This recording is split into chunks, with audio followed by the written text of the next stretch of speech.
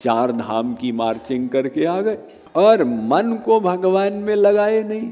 धाम गए, अरे यहाँ पे मक्खियाँ बहुत हैं, यहाँ पर ये धर्मशाला ठीक ठाक नहीं है।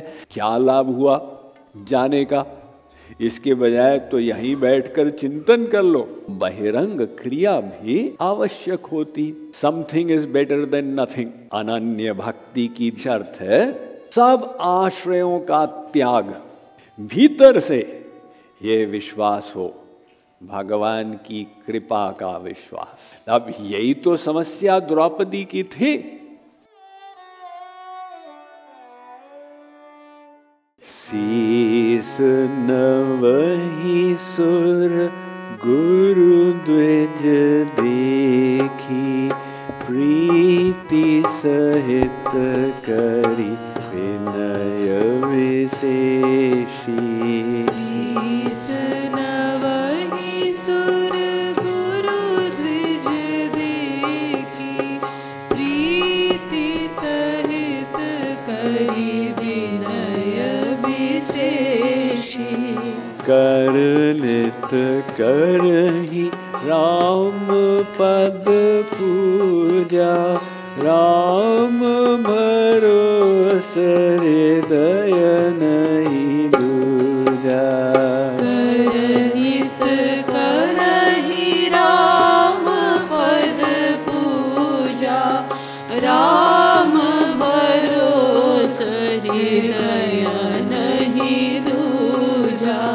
चरण राम तीरथ चली जाई, राम बसहु तिनके मन माही। चरण राम तीरथ चली जाही, राम बसहु तिनके मन माही।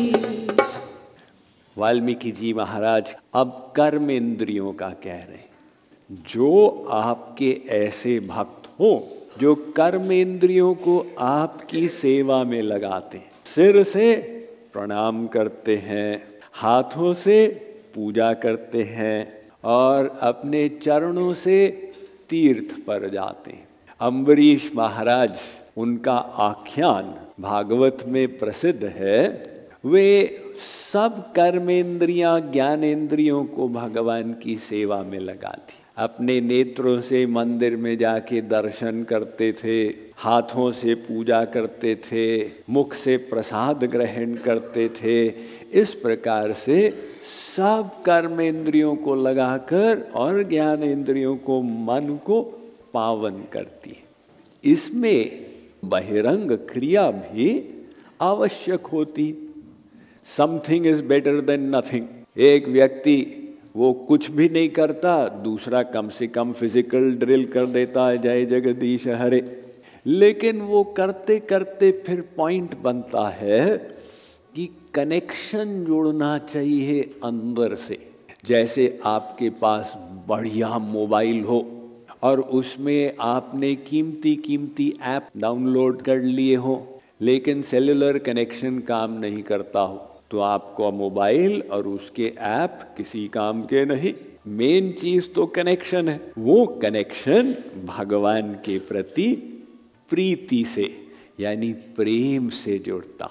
तो हृदय में प्रेम हो और साथ ही साथ फिर चरण हमको तीर्थ इत्यादि पर ले जाएं। वरना फिर ऐसे तीर्थ पे जाना वो तो मार्चिंग हो गई। तो हम लोग भी ऐसे ही करते हैं, चार धाम की मार्चिंग करके आ गए और मन को भगवान में लगाए नहीं। धाम गए, अरे यहाँ पे मक्खियाँ बहुत हैं, यहाँ पर ये धर्मशाला ठीक ठाक नहीं है, यहाँ पर ये व्यवस्था ठीक नहीं है। तो क्या लाभ हुआ जाने का? इसके बजाय तो यहीं बैठकर चिंतन कर लो।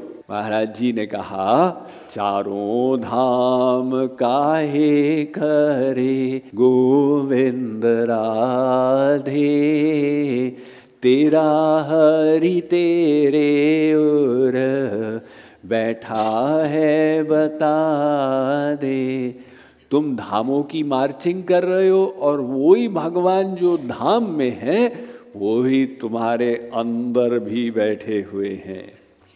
तो वो अंदर से कनेक्शन जुड़े, उसके बाद प्रेम युक्त हम अपने सिर को झुकाएं, प्रणाम करें और हाथों से चरणों की पूजा करें एवं अपने टांगों से हम भगवान की लीला स्थलियों पर जाएं। तो वे कहते हैं कि महाराज आप ऐसे भक्त के हृदय में बसिए। लेकिन एक चीज और जोड़ दी, राम भरोस हृदय नहीं दूजा। उस भक्त के हृदय में जिसको आपका ही भरोसा हो, ये इम्पॉर्टेंट पॉइंट। हमारा भरोसा किस पर है? स्वामी जी क्या चिंता की बात है, वो जो आरडीसी है ना वो हमारे साले हैं, हमको कुछ नहीं हो सकता। तो इसका मतलब आपने मन ही मन आरडीसी का भरोसा ले लिया। या कोई कहता है कि हमारे बैंक बैलेंस में पिताजी ने 10 करोड़ की संपत्ति छोड़ दी है, 10 करोड़ का भरोसा है। तो ये सब भरोसे जो हैं ये होने से भगवान कहते हैं फिर हम नहीं आएंगे, तुमको केवल हमारा भरोसा। अनन्य भक्ति की दूसरी शर्त है अन्याश्रयाणाम त्यागो नन्यता। सब आश्रयों का त्याग, भीतर से ये विश्वास हो, भगवान की कृपा का विश्वास। अब यही तो समस्या द्रौपदी की थी। जब उसको लाया गया कौरवों की सभा में तो द्रौपदी ने इठला कर देखा दुशासन की ओर, ये क्या कर लेगा मेरे 5 पति यहाँ बैठे हुए हैं और सब रूप गुण शक्ति में टॉप करने वाले। लेकिन दुशासन ने कहा सावधान। द्रौपदी ने भीमसेन की ओर देखा, अभी उठता है गदाधारी भीम, इसका सिर फोड़ देता। तो भीमसेन ने अपना सिर झुका दिया। द्रौपदी को निराशा हुई, ये अवलंब बेकार निकला। अब अर्जुन की ओर देखा, अभी उठेगा गांडीवधारी अर्जुन और इसके दांत तोड़ देगा। अर्जुन ने भी सिर नीचे कर दिया। एक एक करके 5 ने सिर नीचे कर दी। वो जुए में हारे हुए थे। तो द्रौपदी का विश्वास हटा, ये कोई काम के नहीं है। वहां पर बड़े बड़े धर्माचार्य बैठे थे, भीष्म, विदुर, कृपाचार्य, द्रोणाचार्य। मन ही मन उनका अवलंब लेने लगी। वहां से भी निराशा हुई। तो द्रौपदी ने कहा अब कोई तो काम नहीं आता है। ठीक है, फिर उसने चीर को मुख में पकड़ लिया। द्रौपदी में भी बहुत शक्ति थी। वो 5 कन्याओं में एक मानी जाती है। यानी यद्यपि उसके 5 पति तो थे, वो बाहर से थे, भीतर से वो कन्या थी। तो वो 5 कन्याओं में एक है, उसके पास शक्ति थी। किंतु दुशासन के पास तो 10,000 हाथियों की शक्ति थी। और मान लो कि द्रौपदी में भी इतनी शक्ति होती, वो चीर में इतनी शक्ति नहीं थी, वो फट जाता। अब कुछ द्रौपदी उस समय चीर को तो मुख में डाला, किंतु श्री कृष्ण को याद करने लग गई। हे श्याम सुंदर, यहाँ संकट में हूँ। श्री कृष्ण उस समय द्वारका में रुक्मिणी के साथ बैठकर भोजन कर रहे थे। जब द्रौपदी ने याद किया तो श्री कृष्ण रुक गए वहां पर। मुख का कौर अंदर नहीं जा रहा है, हाथ का कौर मुख में नहीं जा रहा, सामने देख रहे हैं। तो रुक्मिणी ने कहा महाराज ये क्या लीला हो रही है? क्या मतलब? आप लीलाधारी तो हैं, लेकिन ये कौन सी लीला है? क्या खाने में कंकड़ आ गया? नहीं रुक्मिणी, द्रौपदी के ऊपर भारी संकट आ गया, तो जाकर बचाइए। कैसे बचाऊं? उसको अन्य आश्रयों का अवलंब है। शरणागति तो तब होती है जब भीतर से एक अवलंब हो, एक भरोसो, एक बल, एक आस विश्वास, एक राम घन श्याम हित चातक तुलसीदास। तो अब वो बेचारी द्रौपदी क्या करती? दुशासन ने झटका दिया तो चीर खिसक गया मुख से। अब द्रौपदी का विश्वास सब जगह से हटा। उसने हाथ ऊपर किए और चीखी, गोविंद द्वारिकावासिन। बस श्री कृष्ण की शर्त पूरी हो गई, अंबर अवतार हो गया। चीर बढ़ता ही गया, बढ़ता ही गया, और दुशासन खींचता गया, पसीना पसीना हो गया। भाई ये कौन से मिल का कपड़ा है, खत्म ही नहीं होता है।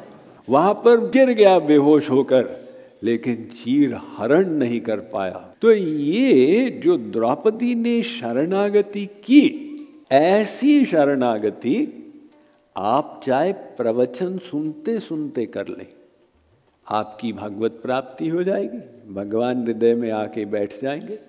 और अगर आप कहे नहीं स्वामी जी हो तो ठीक है, आपकी बात हमने समझ ली है, लेकिन इतनी जल्दी क्या है?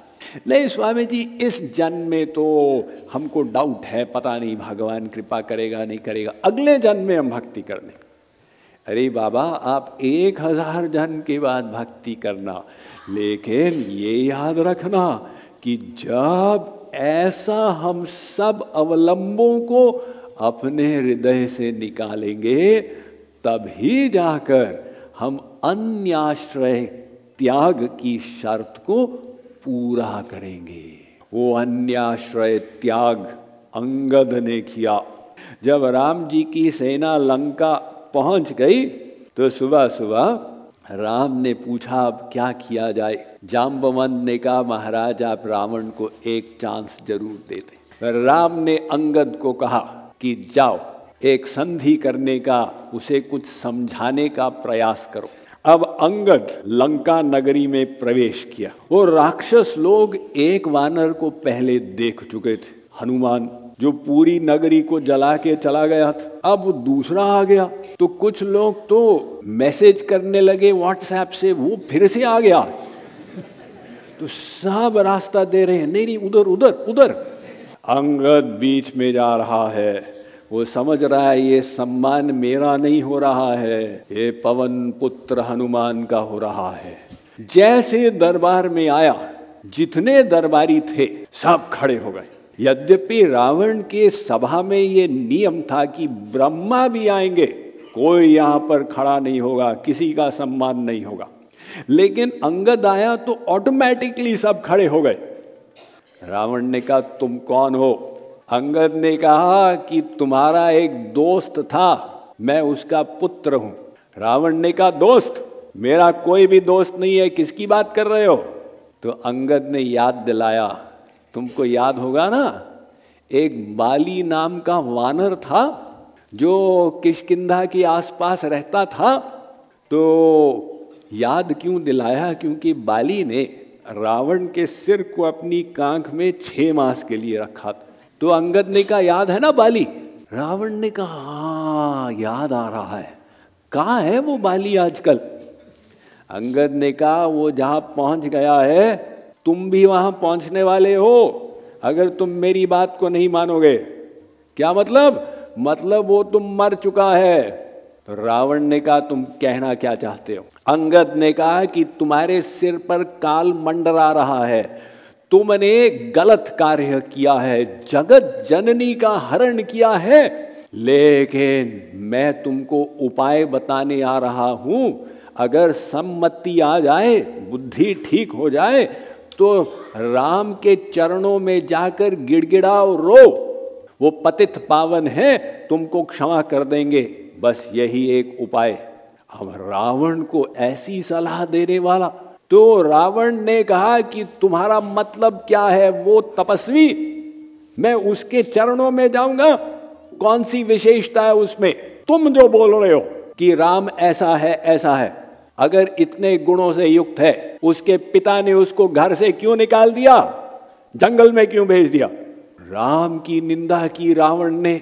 अंगद ने अपनी मुट्ठी बनाई और जमीन पे पटक दिया। वो जमीन जो हिली तो रावण के 10 मुकुट नीचे गिर गए। अंगद ने कहा ये मैंने मुक्का जमीन पर मारा, अगर तेरे सिर पर मारूं तो क्या होगा? तो दरबारियों ने कहा नहीं नहीं ऐसा काम मत करना। अंगद ने कहा अगर तुम सीता जी को इतना चाहते हो तो तुमने उस समय धनुर्यज्ञ के समय क्यों नहीं जाके उसको जीत लिया। रावण ने कहा मैं तो गया था वहां पर, लेकिन एक जरूरी काम आ गया इसलिए मुझे वापस आना पड़ा। तो अंगद ने कहा ठीक है, फिर हम एक दूसरा स्वयंवर तुम्हारे लिए अभी रच देते। तो उसने अपना चरण जमा दिया, मेरे पैर को यहां से कोई हिला दे तो हम सीता जी को हार जाएं। रावण ने कहा दरबारियों से जाओ हिलाओ। अब वो एक एक आकर और अंगद का चरण पकड़े, कोई हिला नहीं पा रहा है। रावण ने इंद्रजीत से कहा हिलाओ, इंद्रजीत भी असफल हुआ। अंगद ने कहा कि इन लोगों को क्यों बोलता है राक्षस राज, तू स्वयं आके हिला। अब रावण गया, उसने अंगद का चरण जब पकड़ा तो अंगद हंसने लगा, मेरा चरण पकड़ रहा है, मैंने तुझे बोला था राम का चरण पकड़ने के लिए। तो रावण को लज्जा आ गई, उसने छोड़ दिया। अंगद ने कहा अब हम तुम्हें रण क्षेत्र में ही मिलेंगे। तब जाकर वो युद्ध निश्चित हुआ। तो ये अन्य आश्रय का त्याग, ये वाल्मीकि जी बोल रहे हैं कि राम भरोस हृदय नहीं दूजा।